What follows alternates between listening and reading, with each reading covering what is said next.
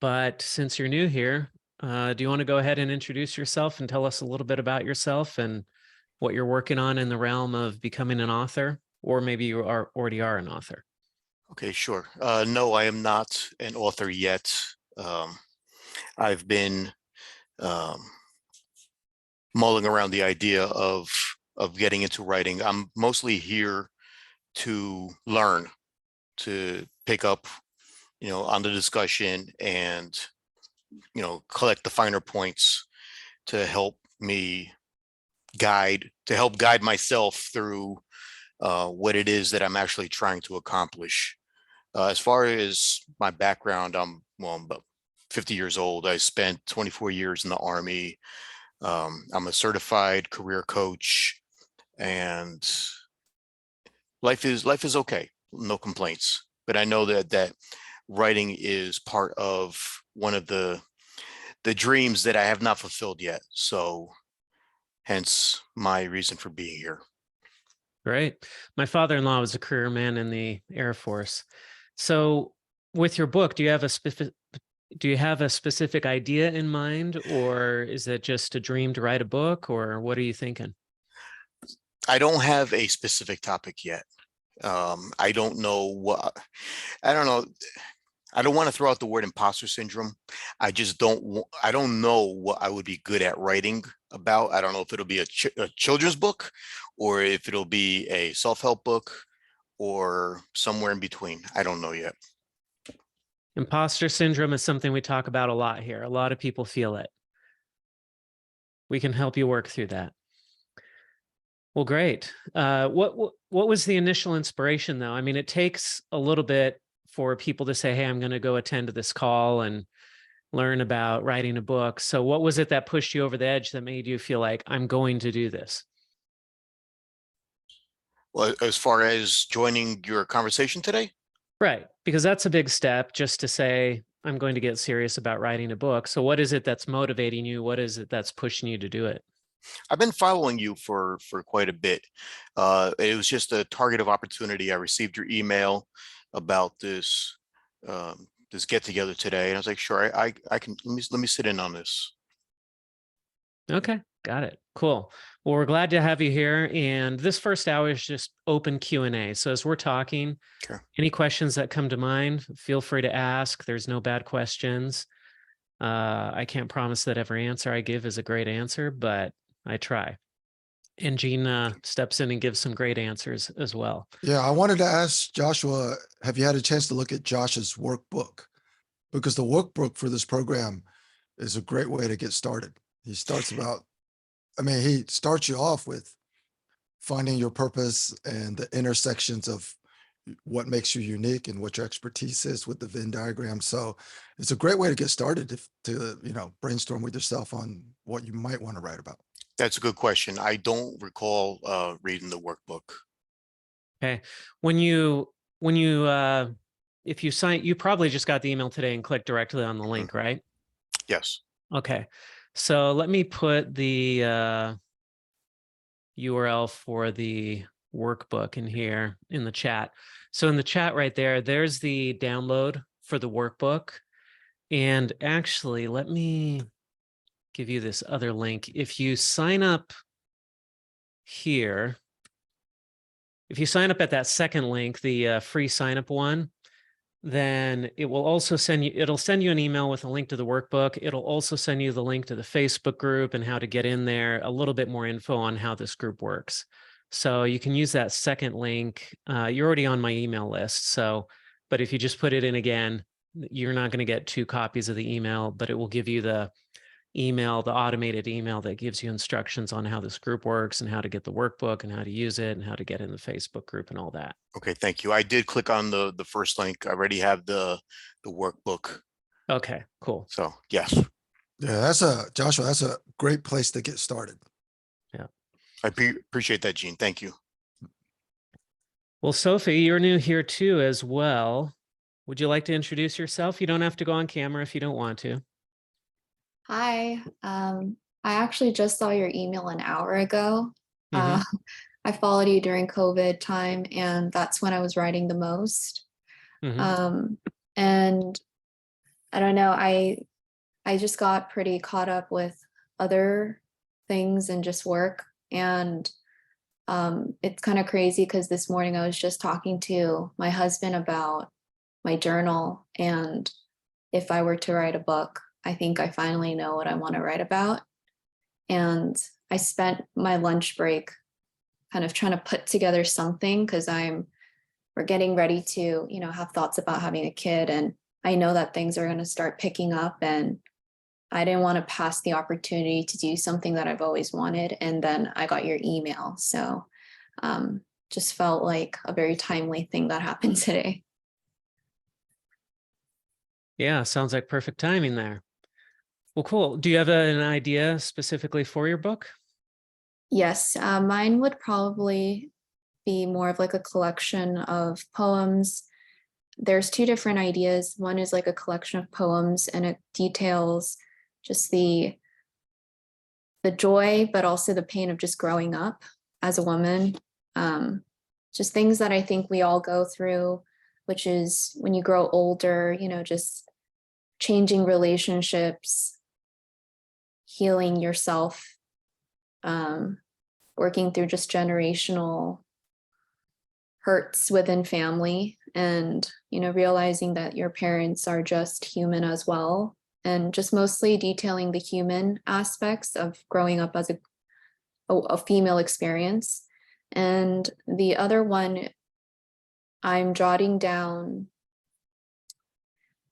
it's kind of a mix of like an autobiography / focusing more on the journey aspect of self, learning that it was through loving all of my mom, I learned to love myself, realizing just how similar we are. And maybe that's where the clash came from. So it's a lot of the 20s healings journey that I hope to just share with other people who are maybe needing to resolve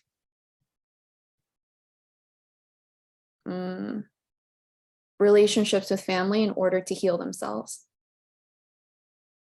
So it sounds like a bit of memoir, a bit of self-help, a bit of autobiography. Yes, I did want to detail some of my journey, but not kind of like a Sophie Kim journey, but just more of detailing, especially how I felt in those moments, recollections of traumatic or things that have felt traumatic moments. I've definitely had conversations.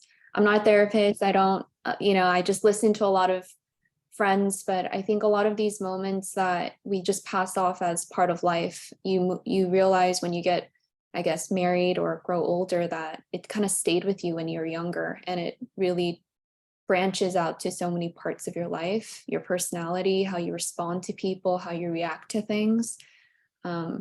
So I guess instead of just kind of a viewpoint of this is what my life was, I wanted to really zero in on the feelings, the moments, how it changed the thinking process, adding a little bit of the learning journey, like the psychology learning journey.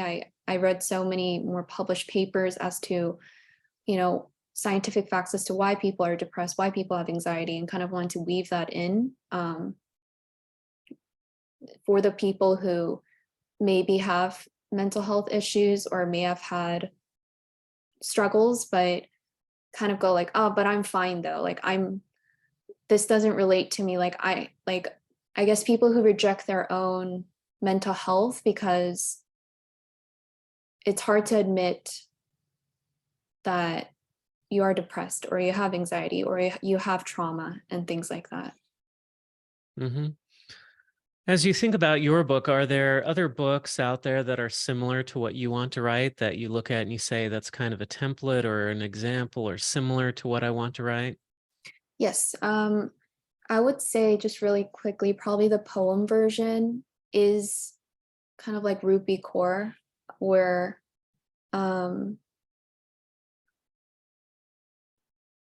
her book Milk and Honey really resonated with me a lot.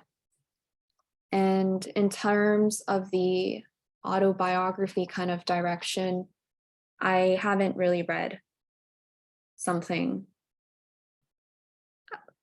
I think I came across one that was kind of more written by like a Christian author in the past. I have to go find that book, but it was like a mixture of faith, self-help, and detailing how she was the wife of a very prominent pastor. And although they show a certain kind of life outside externally, there are a lot of broken things inside.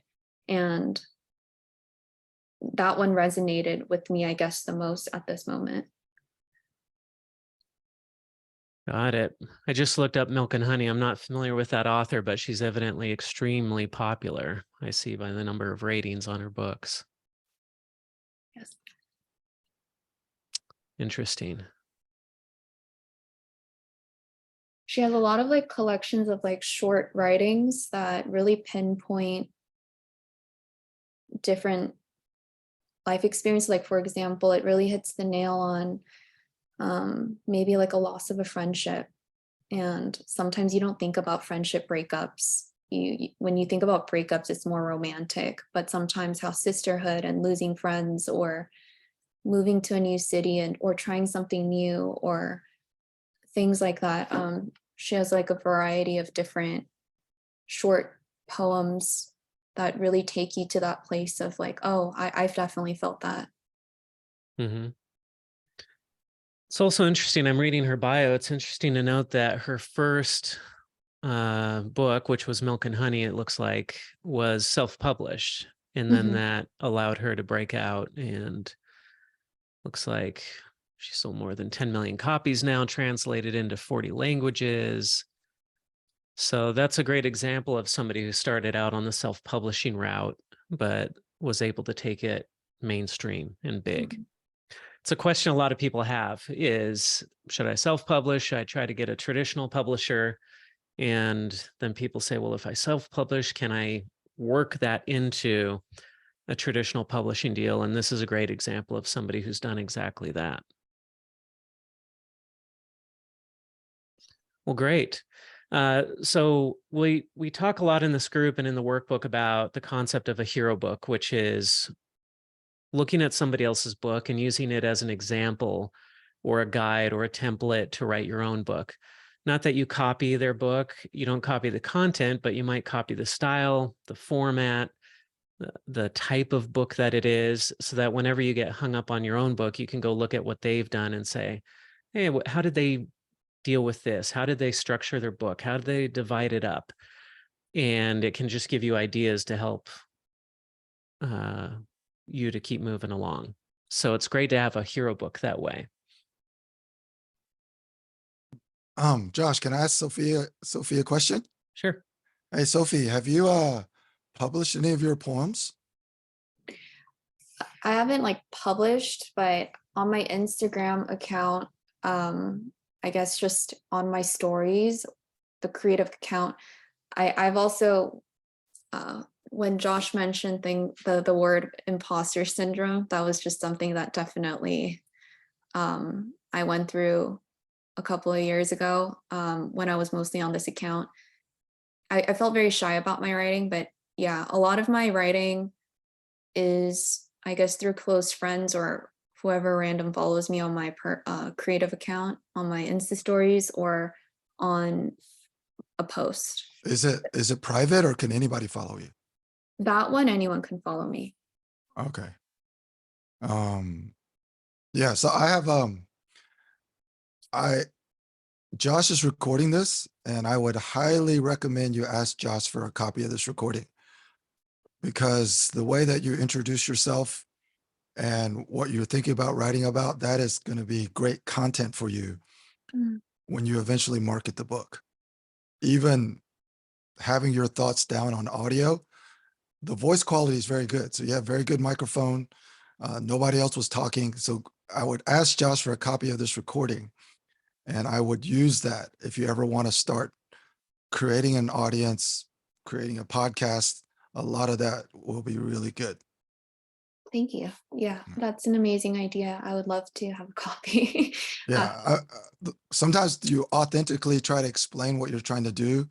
That's the best explanation that you can actually come up with. So it was really good.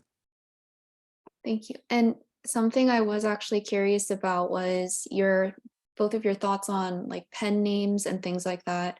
I think one of the struggles of why I couldn't, like, I have my whole notes section on my phone, the Apple Notes, just flooded with so much writing, and it just hasn't made its way out of my Apple Notes because I guess growing up in an Asian culture, but also just my personality, I'm very private about certain things. And a lot of something that I just intuitively and naturally talk about is important to me is this shift and changes and growth with self that has come from learning to heal my relationships with family. And something that's kind of tough to talk about is, while I understand the human aspects, the pros and the cons, like the flaws and the beautiful things about family, it's hard for me to ever share that with anyone and be honest, because I would never want, there's this protective side that I would never want something that was a human moment to be looked at, like for anyone to judge my parents, for anyone to judge my siblings or anything like that. So then it's just in my notes, and I'm trying to find a way where I can release a lot of this. I was like, is this stress for me or is it not? And then I came across a Bible verse and it really resonated with me, and it was just talking. Anyways, the point of this was I also came across a sermon that was just like, you're uniquely made, and things that kind of swirl in your mind all the time are probably what you're placed on earth to do. And this has been on my mind for such a long time that now I'm almost convinced that it's just supposed to be out there in some form. It doesn't have to be massive, but it just needs to begin somewhere. But yeah, it hasn't been able to flow because of that protective side. I don't know what to do with it. Yeah, it's very understandable. When we're sharing personal parts of ourselves, sometimes we want to protect ourselves. Sometimes we want to protect other people that we care about. And we don't want to harm relationships for the sake of putting a book out there. One thing you can do with that is, in this case, you can put the decision off till later. So as you are working on it, you can imagine that you're writing under a pen name if that makes it easier to get the thoughts out.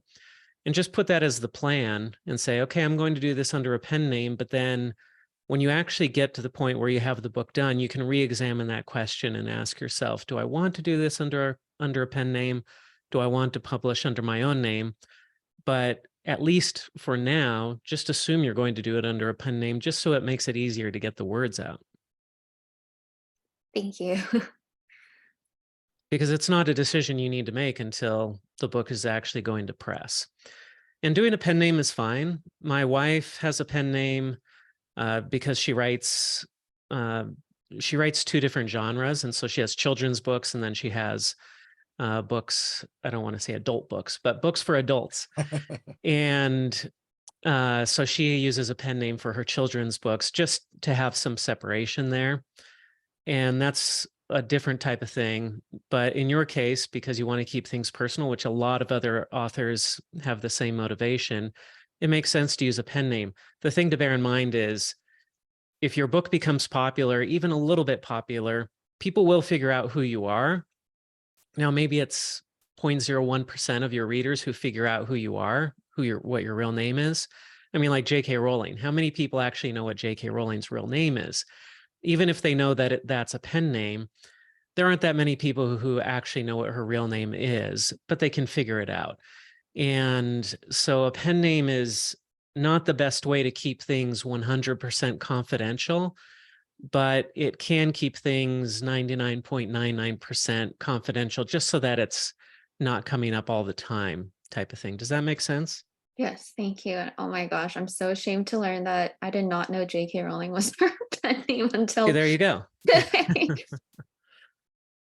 Yeah. And I don't actually know what her real name is. I know you can just Google it, but I don't know it off the top of my head. For famous people, it's useful because she can go check into a hotel and people are probably going to be like, I don't know what this name is. It doesn't mean anything to them. Or she can sign checks or things like that, or use her credit card and nobody knows. If they don't recognize her, that is. But But yeah, do you have any other questions, Sophie, at the moment? No, thank you. I think just even committing to talk about what I've been doing privately has been great. None of my friends know about this. The only person in the world that knows about this is the people, I guess. Yeah, no one knows that I have this desire to have a book created before I die, Mhm. except my husband. Well, your husband, and now we know, right? Yeah. Well, and hopefully well before you die. Yeah. It was a checklist, but I think 30 is a huge milestone or marker for women. I don't know. I don't know if it's the same for men, but it just feels like life gets better as you get older, but I feel like 30s is definitely like this huge mental, oh my gosh, like time is running out kind of thinking for women, and just the biological time is clicking and all of that. And it just definitely pushed me to do this. But anyways, yeah. I have another question that you might want to ponder. Um, I would ask you to think about whether writing a book or publishing a book is more of a bucket list item, or is getting your stories out there, does it have a greater purpose? Like, is there a group of young people, women specifically, that you want to serve? And that's the reason you want to get a book out, so you want to help those people? Or is it more of a bucket list thing? I think both, to be honest. So I've been in the creative fields in my earlier 20s, but I've handled a lot of more of like the creative direction and the business aspect of it. And something about creativity, it really kind of fires me up, as in it gets me really passionate, but at the same time, it's something that kind of stresses me out because I just want to there's like this desire to be good at it, and I care about it, so I don't want to suck at it. Like it's this double-edged sword thing whenever it comes to creativity. This whole process of just allowing yourself to flow, and how being able to harness your creativity is so important, especially for mental health. I created this account on Instagram called Inner Child Creatives. It kind of blended in together my hobbies, but also my personal philosophy. And I guess that hobby account that I told you about talked a lot about mental health. And these books, it's something that is not just a bucket list. I think I really want to reach people at the end of the day to not feel alone. Like I said, I'm very private about it's weird because I'm public but private.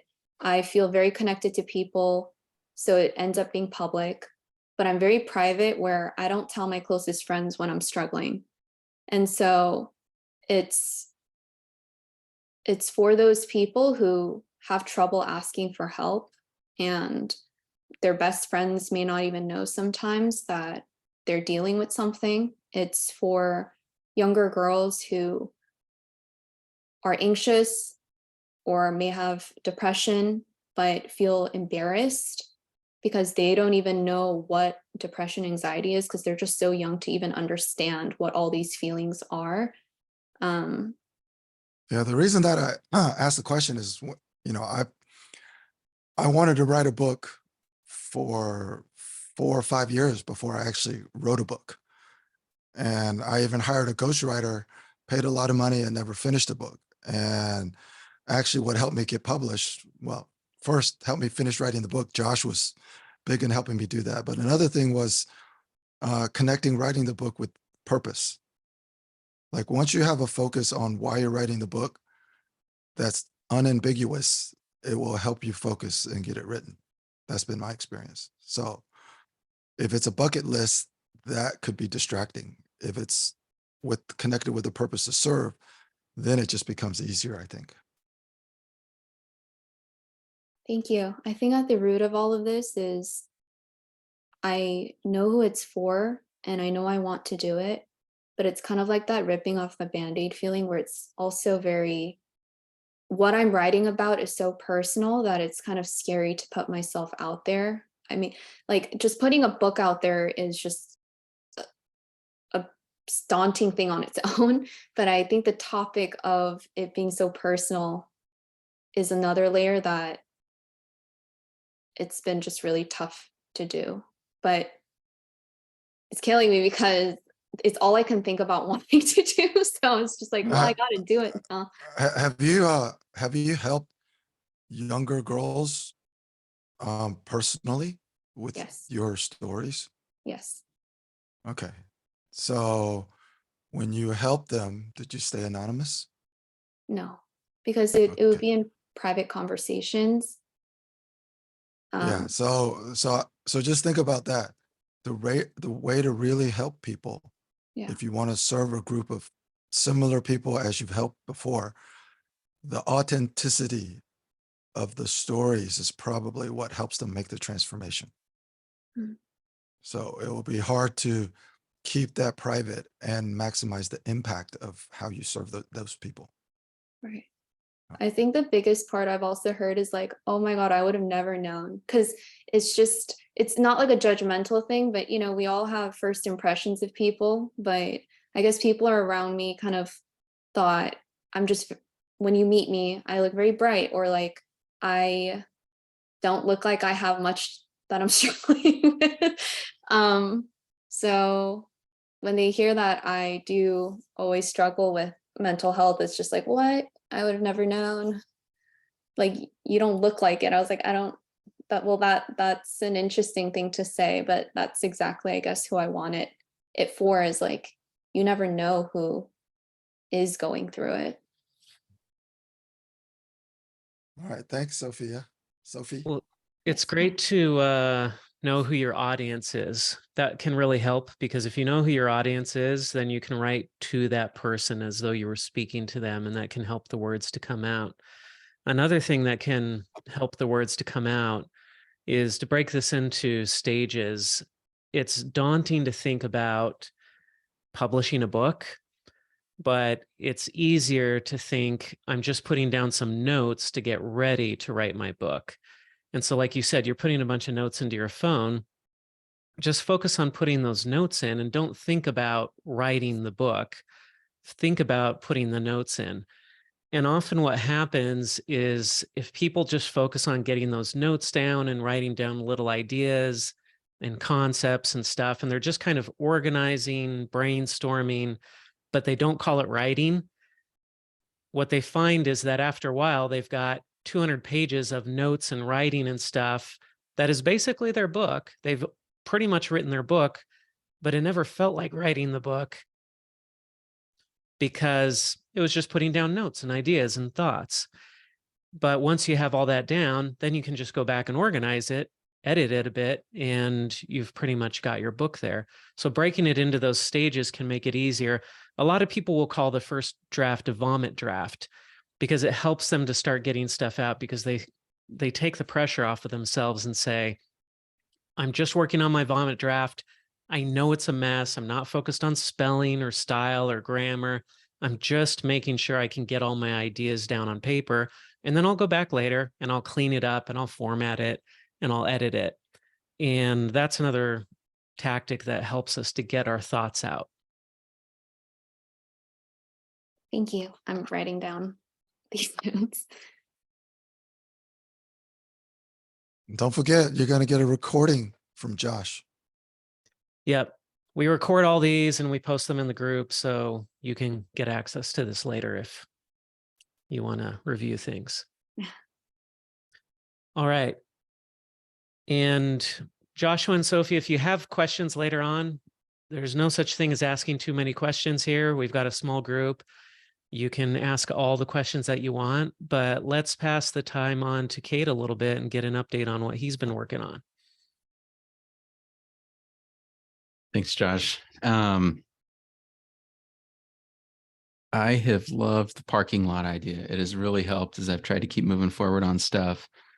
And one of the questions I guess I'm at right now is kind of determining, and I think you've talked about this, that you give away your best stuff for free, and then people will come back, right? Just because they derive so much value for it. But as I'm reaching out to people about the book and trying to interview them and get information, one of the things I feel like I'm worried about, which I don't know why, is someone stealing my idea, right? Like someone said, I'd be interested in an outline on general idea of what the chapters are. And I think this person could write, if they wanted to, like they legitimately could write a really good book to the same audience and it could fill the niche. But is that just completely ridiculous? Like, am I just inside my head about someone stealing my idea? Like, how much do you share? Because anyway, yeah, I'll just stop there. To be frank, it probably is in your head. Okay, more than great. anything else. We can just move on then. Because I'll tell you, I mean, think about it. If somebody else came to you with an outline for their book and said, hey, I'm working on this book, how motivated would you really be to take their idea and say, oh, that's a great idea. I'm going to go write a book about this. I'm going to take that and I'm going to go to all this effort to write a book that somebody else came up with. It's hard enough to write your own book, let alone write somebody else's book. It's hard enough to find the motivation to write your own book, let alone write somebody else's book. And so it's occasionally people do write kind of the same book as each other, but usually that just happens as a matter of coincidence. It's not somebody else saying, oh, I'm going to go steal this idea and write it. So it's something that I wouldn't worry about, because I think the chances of somebody else, of you meeting the exact right person who's at the right stage and is the type of person who would take somebody else's idea and run with it. And maybe they wouldn't think of it that like they're stealing it. You know, maybe they already have these ideas and you mention it and they're like, yeah, I've been thinking of writing something like this. And it just kind of motivates them to run off on their own and do it.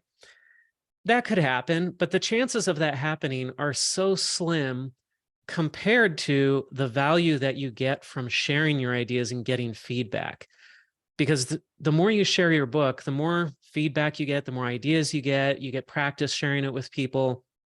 People say things and you're like, oh, I've never thought of it that way.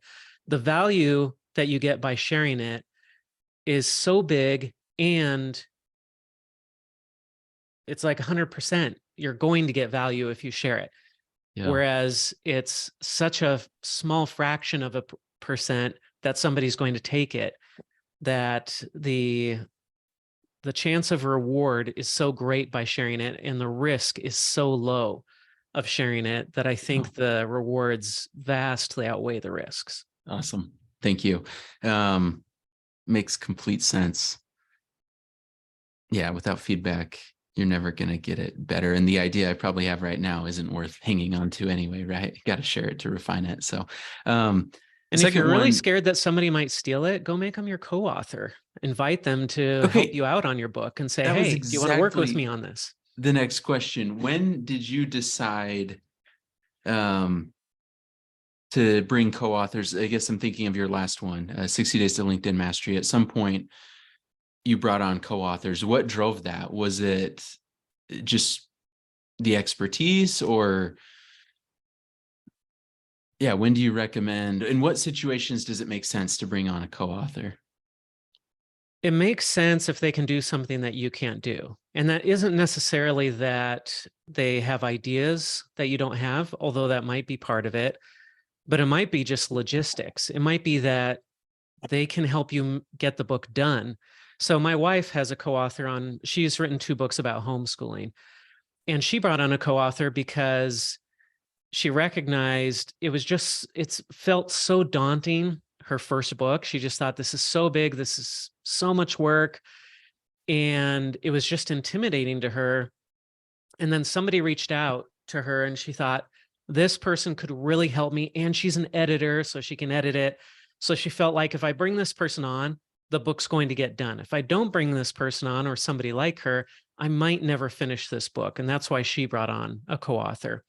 And then that turned into a great partnership, because now they've partnered to write other books in that same series. For me, it was kind of similar. I had already written my book and it had been sitting there for a year. And I thought, I need some accountability here. And if I bring on some co-authors, they're going to help me get this done. Another part of it was I knew that LinkedIn was changing all the time and I couldn't keep track of all the changes going on. So I thought, if I bring in a group of co-authors who are LinkedIn experts, they can read the manuscript and say, hey, you need to update this part here, or you should be covering this thing here that they just released the other day that maybe I didn't know about. And so I felt like they're going to keep me from looking stupid by writing about something that's outdated or skipping over something new that really needs to be included. So I felt like writing something where I couldn't possibly cover all my bases, bringing in the co-authors was a way to make sure that that happened. So those were some of the reasons that my wife and I have brought in co-authors. Yeah. Another one of my co-authors was just an editor. He wasn't even a writer. He wasn't a LinkedIn expert. I just said, hey, if you help me write this book and edit it, I just didn't want to pay for an editor, but I wanted a good editor. And I knew this guy who was a great editor. And I said, hey, you want to be a co-author on my book? Edit it and I'll list you as a co-author because you are helping me write it by editing it.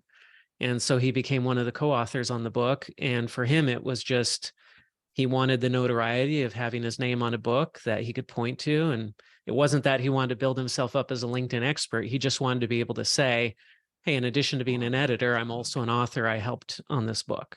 Yeah. So what does that look like? And maybe this is covered in the workbook and I can review there. But I guess my immediate next question is, if someone asks me about a co-author, well, what are the terms, right? Like what's the agreement? I don't know how you would even draft. Yeah. What is that like, splitting the benefits of co-authorship, right? Right.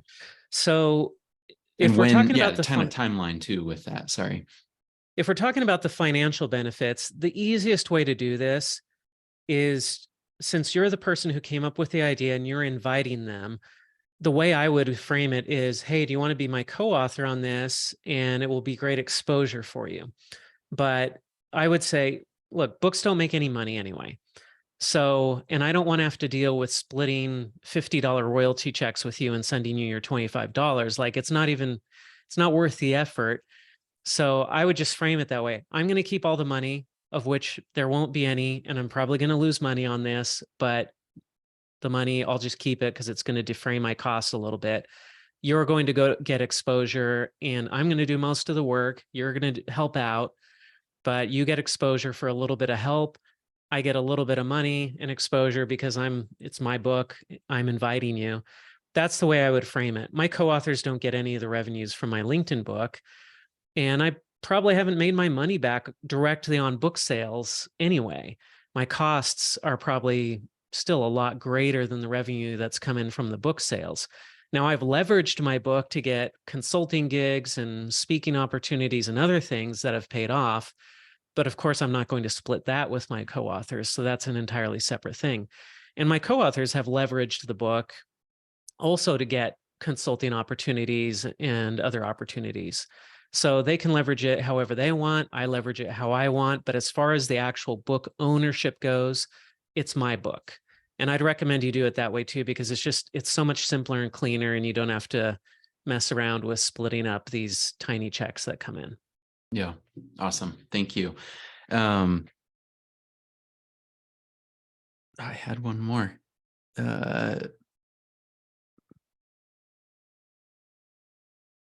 I will think of it. You'll remember it sure. as soon as we go to somebody else. Yep. Thank you. And we have somebody else popping on right now. So welcome, Shobana. Hi there. Sorry I'm late. No worries. You can pop into these things anytime you want. There's no rule. There's no late, there's no early. You can just come on whenever you want.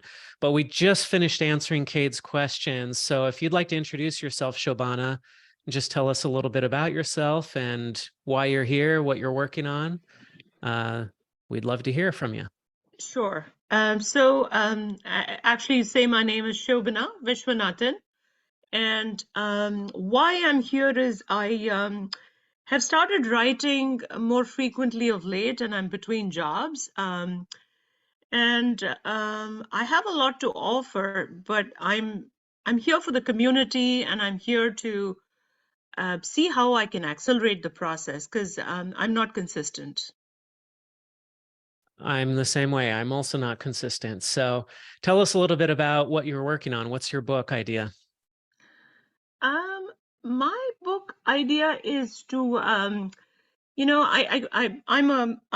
was a VP of marketing, CMO, before sort of layoffs hit. So I've been coaching and mentoring a lot of young people. So mine is really uncovering, how to pivot and find a second career is kind of is the thesis of the book. But I haven't really gotten to, I've done 2 pivots myself, but none recently. So I want to be able to, I'm thinking of interviewing people who've done this and sort of presenting it as a data-driven book. But I also want it to be creative. I just don't want a bunch of interviews. So struggling a little bit. That's interesting. My first book was actually a book of interviews of CMOs, in fact. Okay, interesting. And I went through that same doubt of, am I really writing this book? Because I'm just putting a bunch of interviews together. It's not like I'm actually even writing anything. There's zero of my thoughts in here, other than that I came up with the questions. And where I came to on that was just, hey, this is my first book. It's a chance to get some exposure. I'm not really writing a book. I'm just organizing it. But that's how some books are written. That's what some books are. And my next book is going to be a different book. And it was a different book when I wrote my next one. And I felt like now, of course, my book was literally verbatim interviews. Each chapter is a different interview. So it was very much structured as interviews. Whereas other people might interview a lot of people, but then they're just quoting people and it's interspersed with their own thoughts, right? And so there are a lot of directions that you could take with that. I wouldn't worry so much about the format, though, whether it's super interview-ish or if it's your own thoughts mixed with interviews. I'll check out your book. If it has interviews, I could learn from that. Yeah, it's called Chief Marketing Officers at Work. Oh, nice. Nice. And it's on Amazon. You can find it there. But there's credibility and experience that comes with having your name on a book, no matter what it is. And once you write one book, you'll probably write a second one. It's kind of like running a marathon or doing anything that's hard. Once you do it, you realize, you know what, that was hard, but it's not that bad. And now that I know how to do it, it'll be so much easier to do the second one. And so your book could lean more heavily towards the interviews, and your next book could be more your thoughts and ideas. Or you could just start out with your thoughts and ideas, but intersperse those interviews.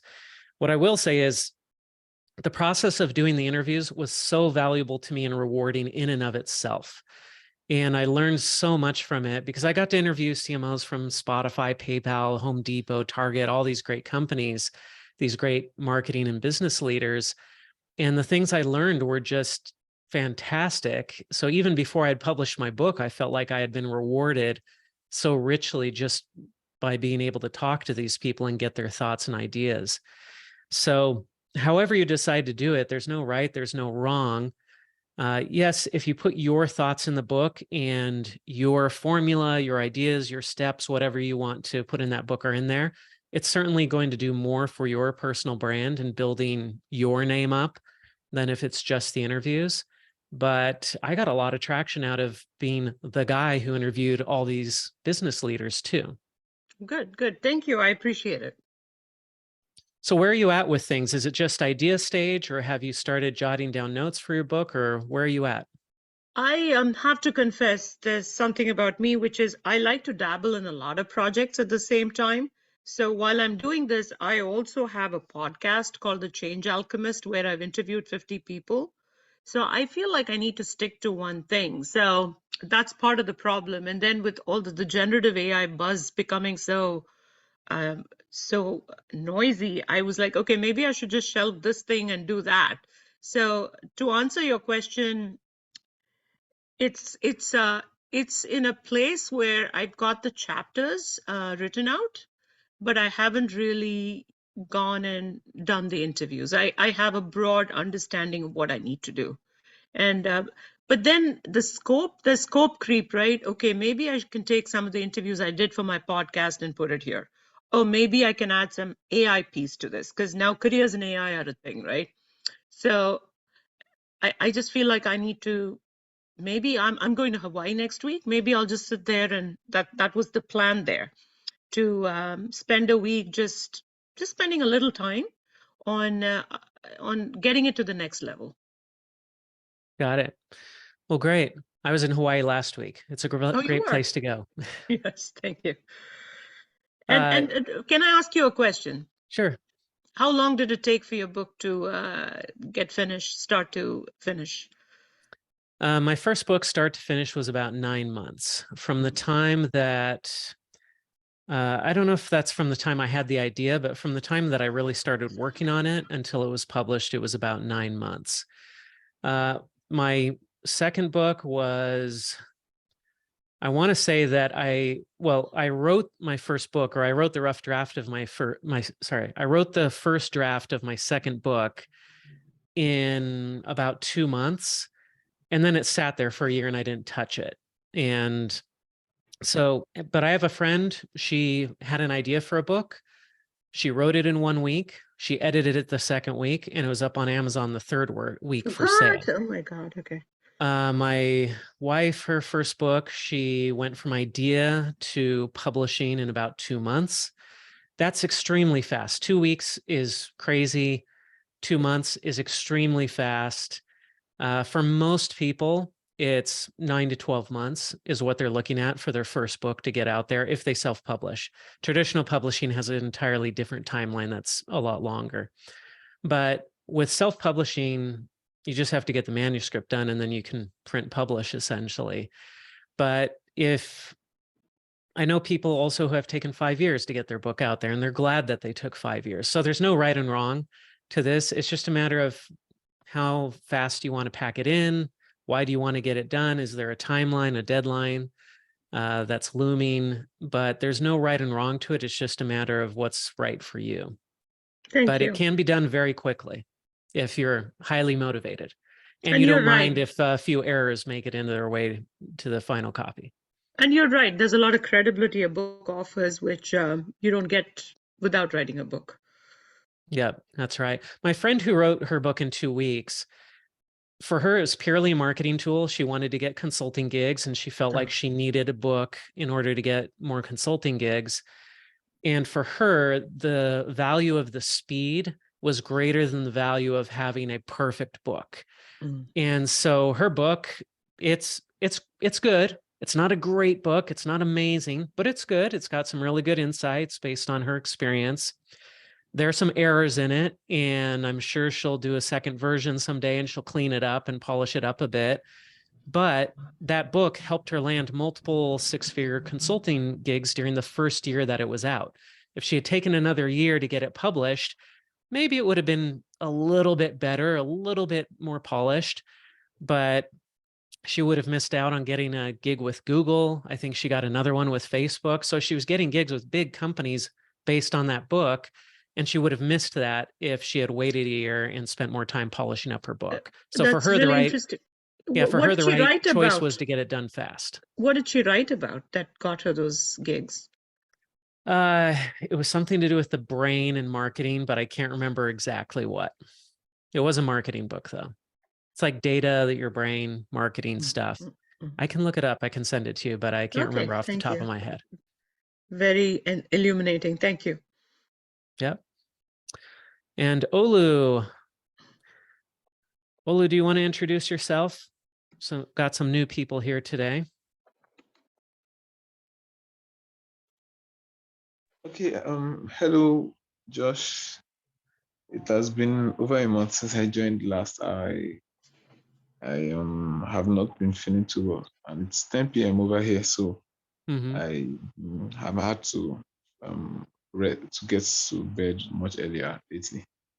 So that's why I've been away for so long. Yep. I just had to take the opportunity since I was still up and join tonight, because I think being on the calls was giving me sense of direction on what to write about. But the time I've been away, well, I think it has been mostly to take care of my health. So, well, it's good to be back. And It's good to have you back.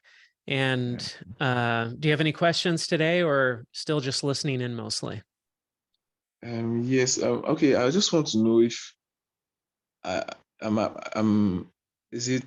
in the right place, in the sense that I have people. I mentioned when I first the first session I attended, that I have people who consult, who I want to write books for. I don't necessarily have a plan to write for myself just yet. So this will help, right? This is that a good thing to I don't know how to ask this. Is that a good goal? Sure. That, I mean, if it's okay. a good goal for you, it's just fine. And it's just fine for this group. Anything goes here, as long as it's related to books.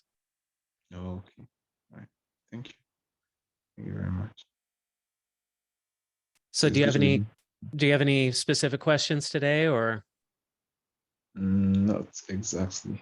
Okay. I'm working with a friend Mm-hmm. who is a dietitian, and he consults, but I have been pushing the idea of a book back. We've been on it for a while. I believe it will give him much more exposure. Like you said, it helps credibility. So that's actually what I have in mind. But we haven't settled on a subject to write on just yet. So that's what's currently what I have in mind for now. Yeah.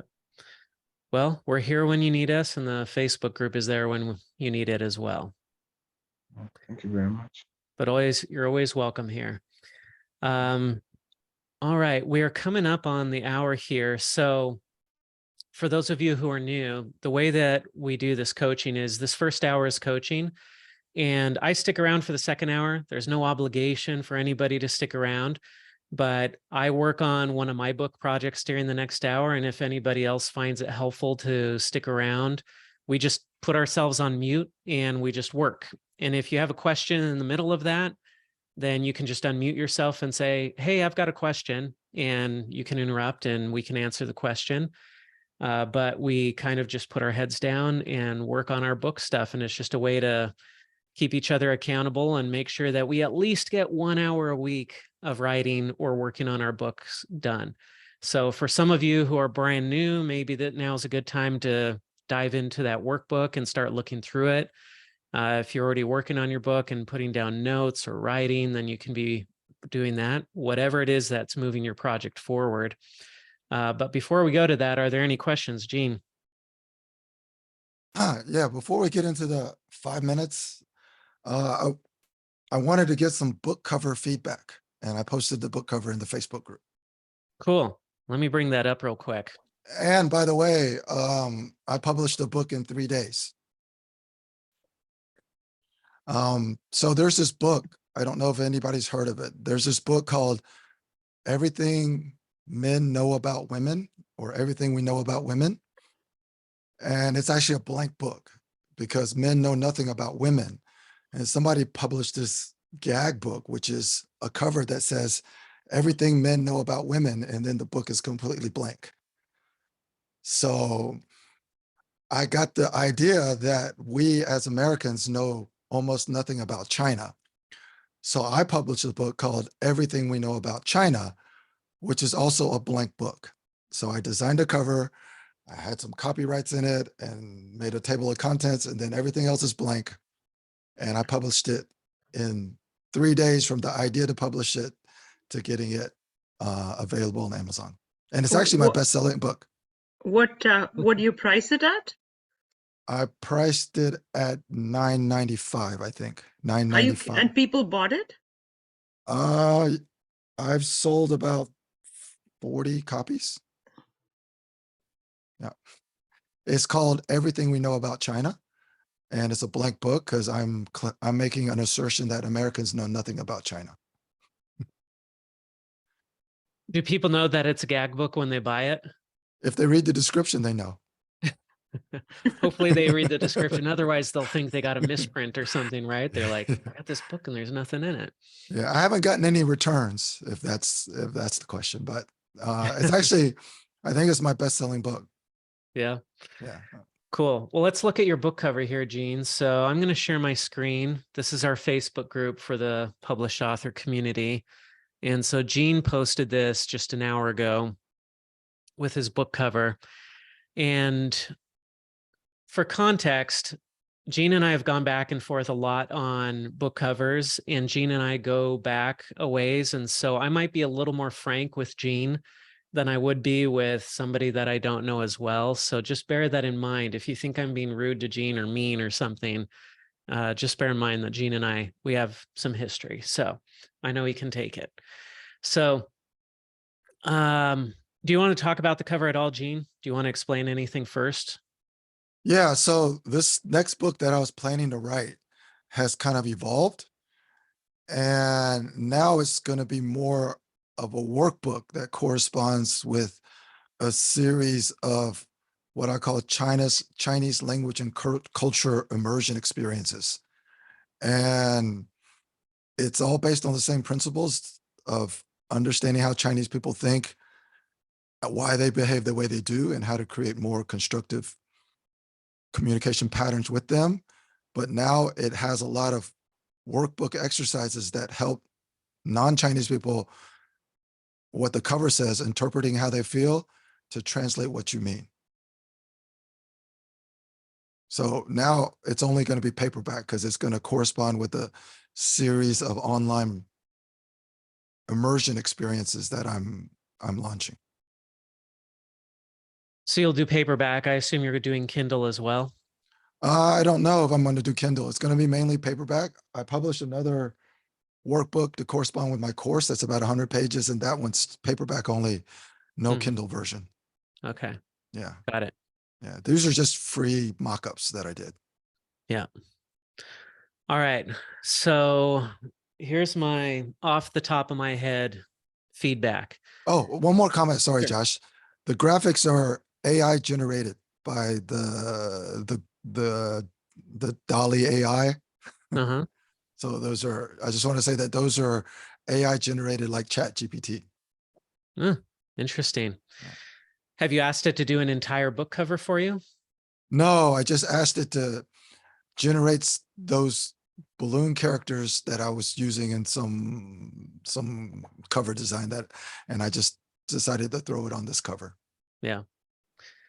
It's going to get really interesting really fast because I haven't seen any good book covers yet coming out of AI, but it's just a matter of time before you can tell AI, I'm writing this type of book. It's this genre. Here's the title. Here's what it's about.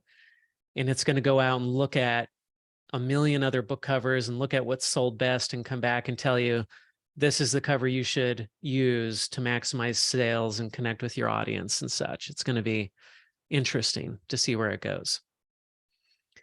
All right. So exactly what to say in China. So here are my initial thoughts. It feels a little bit busy to me. There's a lot of just different parts going on here. You've got two different characters. You've got the heartbeat type thing in the middle there.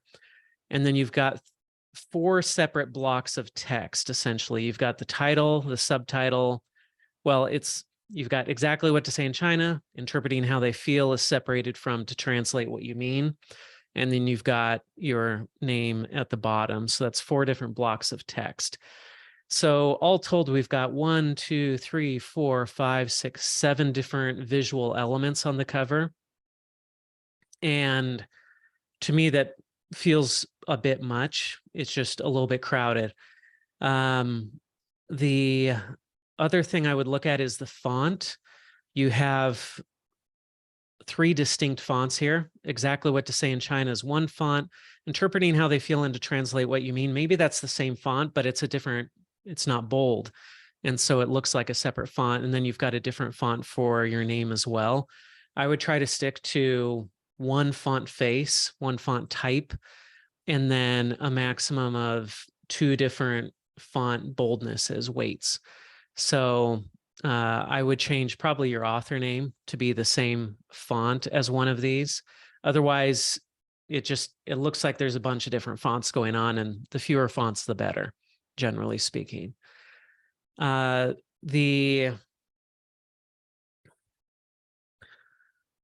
We've talked about color before. I don't think the black is an issue. Of course, red is the traditional stereotypical color of China, but you've got the text in red. If I were looking at this to say, should this be a black background versus a red background, I'd probably play around with a red background, at least. It also is going to stand out a bit more, although a lot of people do red book covers. If you look at my bookshelf back here, red is, I think, the second most popular color after white for book covers, at least on my bookshelf. And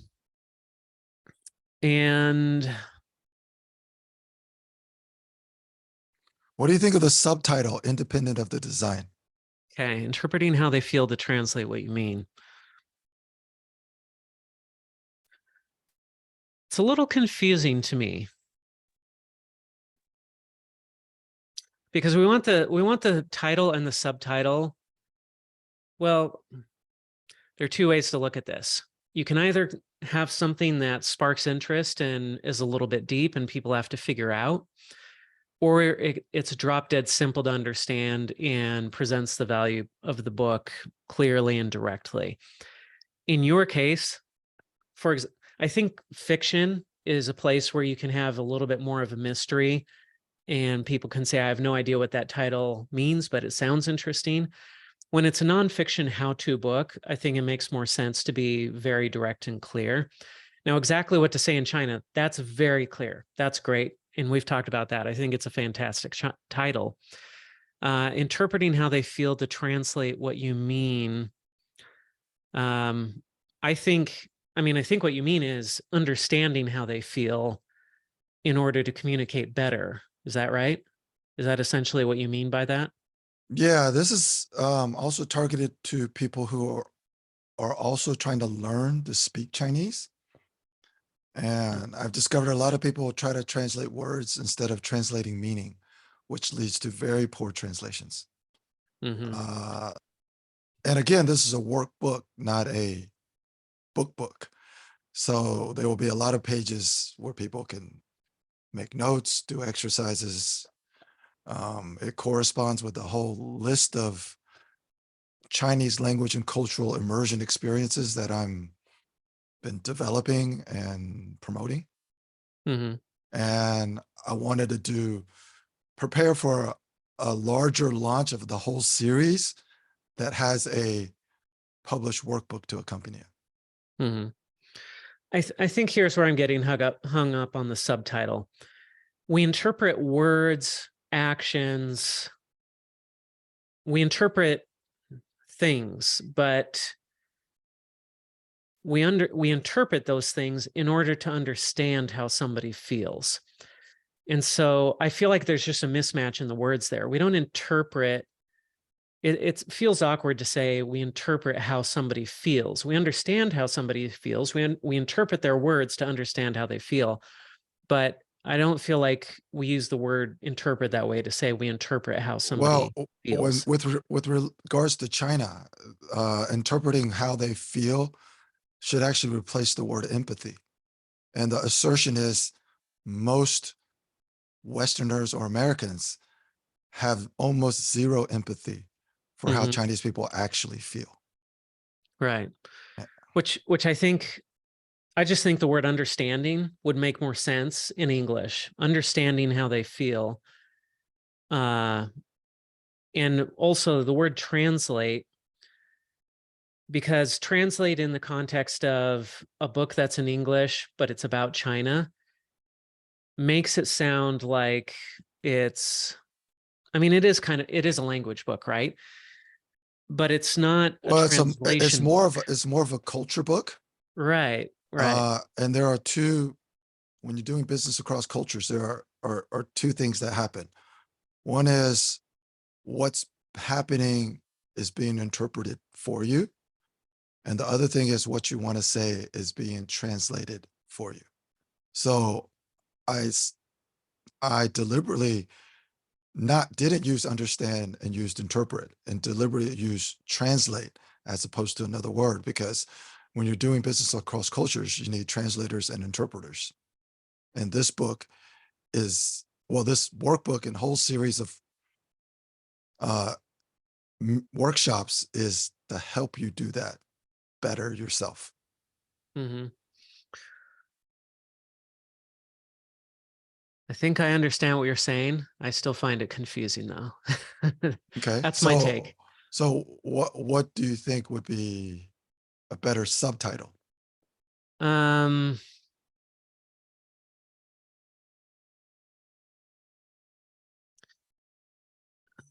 thinking out loud here. Understanding how they feel so you can say what you mean. I feel like that's more clear, except I also don't like using the word say in the title and the word say in the subtitle. I wouldn't want to repeat any words like that. But that's the essence of what I feel like is the subtitle of this. Understanding how they feel so you can say what you mean. And then or so another you can question, communicate. I mean, it would just, if there were a synonym for say, like communicate or something. express. Yeah, express what you mean. Yeah, understanding how they feel. And I think understanding how they feel. And then another question would be, let's say I lock down the title, exactly what they say in China, and then I lock down the subtitle, whatever it is, interpreting, understanding how they feel to express what you mean. Let's just say we lock that down. If I were to give this to a book cover designer, should I just give them the words or should I give them my idea? Should I show them the sample of what I created, or should I just let them start with a blank sheet and just give them the title and subtitle with a book cover designer? I think let's assume that you're hiring a good designer. If you're hiring a good designer, then I would definitely show them the cover and I would give them the words and say, this is what I came up with. This is my idea, but I'm coming to you because you're the professional and you're going to show me something better. If you have a not very good designer, then they're going to take what you gave them and they're going to try to refine them and polish it up. And they're going to give you something back that's essentially what you gave them, but just a little bit different. But assuming you hire a good designer, they're not going to be constrained by whatever you show them. They're going to say, okay, that's his idea. I've got my own ideas that I think are better, and I'm going to come up with that. And that's what you really want. So if I hire a $50 Fiverr designer, I shouldn't show them what I already have. That's the thing, is you can actually find some pretty good designers on Fiverr and these other sites like that. So I would err on the side of showing it to them. And if they give you something back and you're like, that's pretty much what I gave you, just changed a little bit, then that means that you got a designer that's not very good, and I would move on to a different designer. If you hire a designer that looks like they're good and their samples look good, then I would have the confidence that they're not going to be constrained by whatever you show them. Okay. Thanks for the feedback. Didn't want to eat up into everybody's work time, which is, I guess, happening right now. It's all good. We got the questions. We're giving answers. If we go over a little bit and we go into our working together time, that's just fine. David, welcome too. Hi, Kiora from New Zealand. Sorry, I missed your beginning. Oh, no worries. So, by the way, did the time throw you off, the time change, or we're already into our working together time here? We were wrapping up the question and answer stuff. Were you thinking that the whole thing just started 10 minutes ago, or did you know that we had already been going for an hour? I'm just curious, because I know some people have been thrown off by the time change. Yeah, we had our time change here, and so I mistook the time. But then, as I was coming into it, realized that I was out by now. So as it started, I realized I actually wasn't sure whether you would still be running or not. I thought I might just clip in right at the very end, but it is the end of the Q&A. I understand that. So that's okay. that's on me. But no, go ahead. If you've got questions, we want to get them answered, because other people they can mute if they want to be working on their stuff. They can mute and they can work on their stuff, and I can answer your questions. The way that this format works is the first hour we dedicate to just Q&A. The second hour we work together on our books. However, during that second hour, if people have questions, I want everybody to feel comfortable raising their hand and unmuting and saying, hey, I just thought of a question, and we'll answer those questions too. So if we end up doing questions for the whole 2 hours, that's totally fine. There's no problem with that, but it's also okay if we go into the work stuff and nobody has questions during the second hour. But if you've got questions, let's get them answered. Because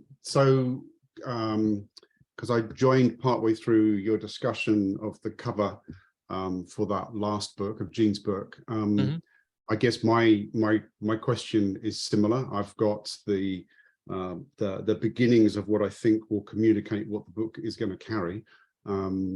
Are you happy to share and for me to ask you for feedback on that? Sure. Let me see if I'll just make you a co-host, and then you can share your screen if you want to show us what you've got. Okay. Yeah, perfect. Thank you very much. And I appreciate the opportunity. Okay, here we go. Make sure I'm just sharing the window because I've got a super wide screen here. I think that's going to be okay. So can you see there? Yeah. I can see it great. So this is a nonfiction book. This is part of what I do. I'm a coach for agile software development, but also business leadership coach around strategic planning. And this is a book intended to be for coaches to help their organizations or people in their organizations how to understand to do this thing called objectives and key results, or OKRs for short.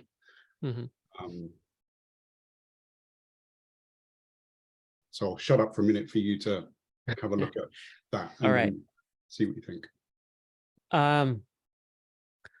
Your basic cover concept as is would be just fine and would work great. There is a little bit of polishing up, some finer details that I might change around a little bit if I'm looking at it with putting my designer hat on, but the overall concept is great. And yeah, I don't see there's nothing like glaring at it that I'm like, oh, you definitely need to change this or that or something. There's just a few small things. For example, coaching, the words coaching and then OKRs, I would leave a little more space between the edges of those and the cover. Well, I would do it one of two ways. Either I would have the lettering bleed all the way to the edge of the cover and make that part of the design so it fills up entirely the cover from edge to edge, or I would leave a little bit more space. As it is, it kind of looks like you were trying to make the text as big as possible and make it stand out, but it's just a little bit too big for the without enough margin around the edge. There's some alignment with the subtitle, the Coach's Field Guide, underneath Coaching OKRs. I would align that.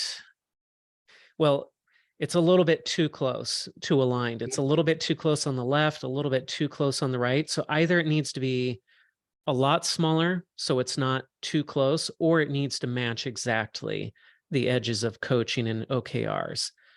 The human eye, the human brain doesn't like things that are kind of close. It likes things to be not close or exactly, but not kind of close. Okay. Again, these are like the finer nitpicky details type things. The illustration's just fine, I think.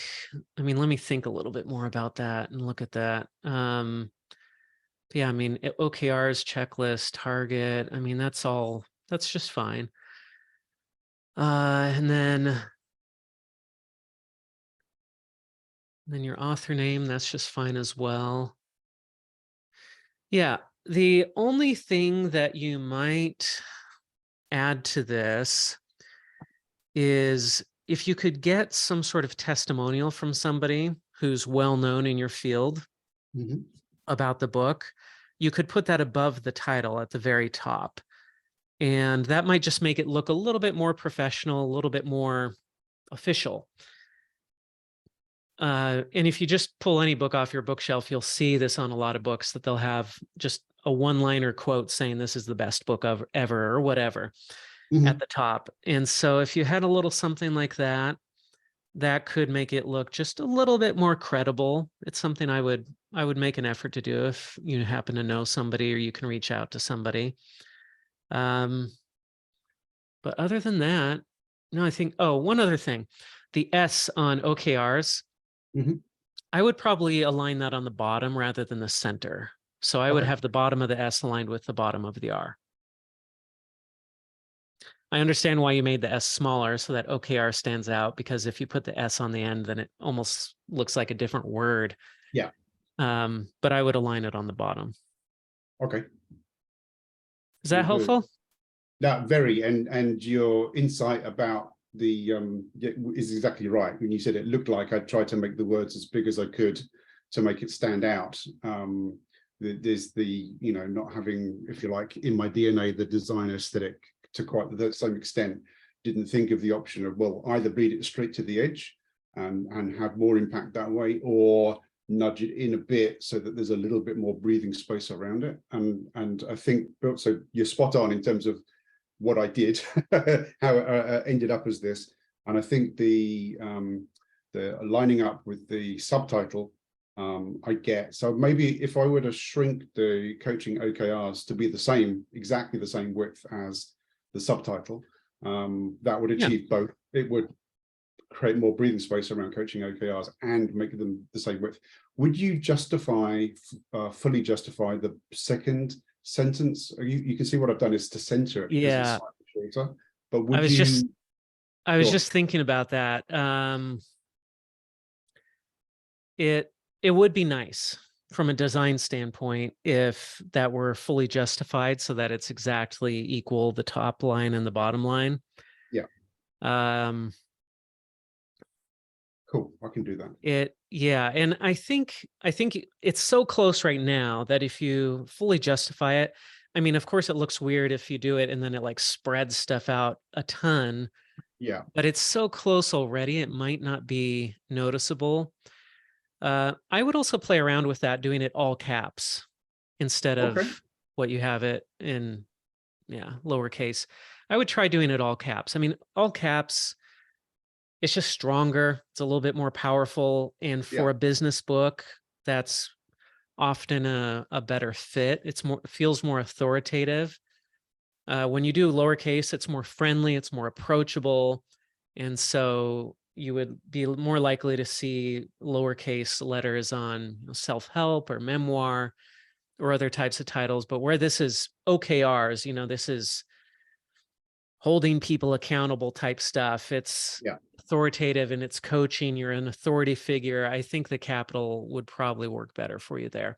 And that might solve the justification stuff by itself. Yeah, it'd be interesting to see what impact that has on it. It could be pretty much lined up. But again, to your point, looking pretty much lined up, but not being quite, it might be more of a problem. So I might still end up justifying it fully. Yeah, but and I'll have a play with that. Thank you. And as long as we're talking about that, I would do the same thing with your name as well. I would enlarge the font until it's aligned with everything above. The human brain just likes things when they're aligned. So as a designer, when we're trained as designers, there's grid design where you draw everything out in boxes and you put things in this grid and you align everything up. This is a big thing in web design, but also some print design as well. And so with a book cover, I tend to look for that grid and just look at the edges and trying to line everything up pretty much exactly, because it feels more organized and cohesive. Whereas if things are not aligned, it feels like a bunch of things were kind of thrown onto the page. Yeah, that's cool. Thank you. If it's okay, what I'm going to do is just very quickly show you the back, because I also had a question that follows on from that. So here's the reverse of it. So what you can see is the line from that single line drawing continues around the spine and hits the white box where the ISBN number is going to be. But what I wanted to ask here is what I've seen some nonfiction authors do, especially those that are self-publishing, not necessarily especially, but I've noticed it more, is to include a photo. But I was concerned that a photo on the cover rather than on the inside might look a bit cheesy. So I was just kind of keen on what your thoughts were for that. My initial reaction is to say go without the photo. Now let me pull a couple of books off my shelf real quick and let's see. Okay, no photo. This is from a very credible person. I'm grabbing books that are kind of the same color actually, and that are by professional traditional publishers. No photo on that one. Just a bunch of text. Looks pretty similar to yours. Here's another one, HarperCollins Leadership. No photo, just a little bit of design on the background there. Again, looks pretty similar to yours. So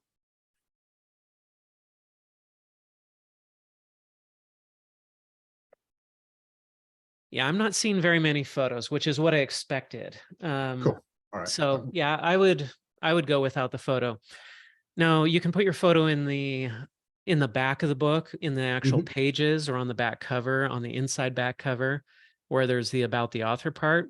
Definitely put a photo there. That's great. But as far as doing it on the back cover, like this book, so this is Business Made Simple by Donald Miller. He wrote a book called Story Brand, and which is a fantastic book. But so this cover, on the back cover, he kind of did an interesting thing. There's a fold here, but it's not a dust jacket. This is the paperback, but it's folded in.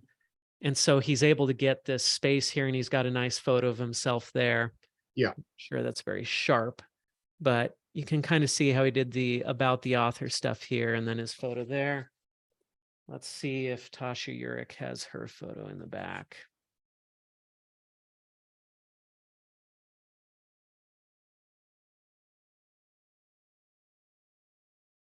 Let's see.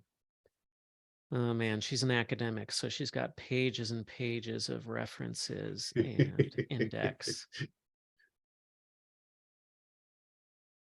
That's one way to make your book longer, is just have tons of references. She's got 50 pages of references and index. Wow. You know what? She doesn't even have an about the author in the back of her book. I wonder if she puts it at the beginning.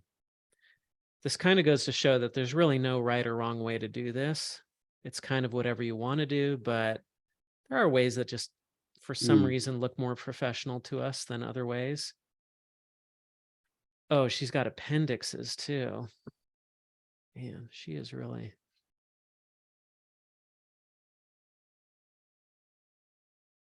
Yeah, that's interesting. So she has no photo in the entire book. She just has an about the author on the back cover there, but that's it for hers. So she has no photo. So I would put a photo in the back of the book with an about the author part, like on one of the last paper pages. That's what I would do, but there's no right and wrong here.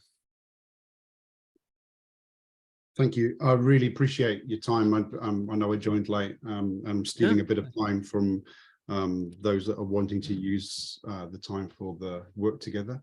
No, I mean, if they want to be writing, then they can be on mute. They don't have to hear us. So we can talk all you want. So if you have more questions, you can ask more questions.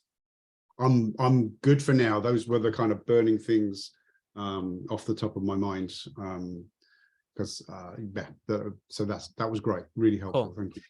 Awesome. If you have follow-up questions, have you gotten access to the Facebook group yet?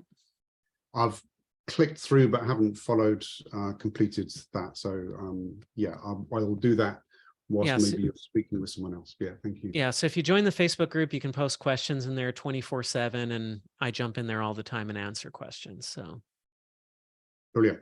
Okay, thanks a lot, Josh. Great. I'm going to put myself on mute. If anybody else has any questions, we're going to work for about another half hour here or so together. But if other people have questions, just unmute yourself and talk, and I'll be able to hear you and I can answer. So, all right, I'm going on mute.